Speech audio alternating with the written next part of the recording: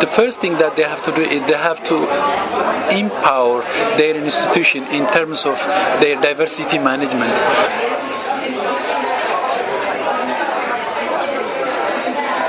Most universities do not have, they acknowledge, they recognize the existence of diversity, and they appreciate that diversity is a resource. But practically, there are no as such strategic management of diversity in most higher education institutions, and it has been neglected. And the most thing that they do is conflict management. After something happened, they try or they rush to manage the conflict or the tension. But there are no many higher education institutions which tries to use the diversity they have within their own institution.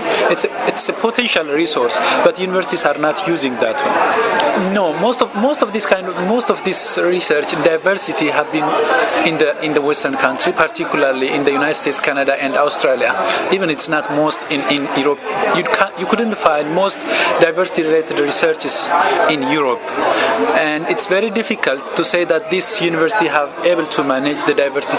They have been trying, even in the state, they are trying, and they are proposing different strategies. There is no recipe. We say that, okay, if you have this kind of regulation or strategies, then you can manage your diversity. It's not the way. Diversity is more of, it's a cultural thing.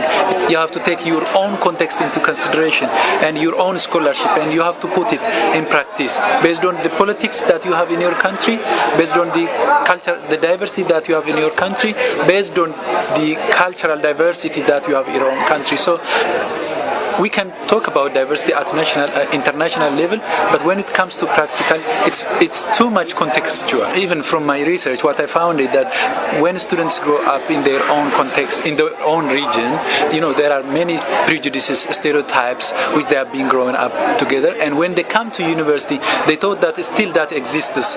So it takes time to realize that that's not the case. So usually students have a difficulty to live within a diverse context, usually in the first, as a freshman students.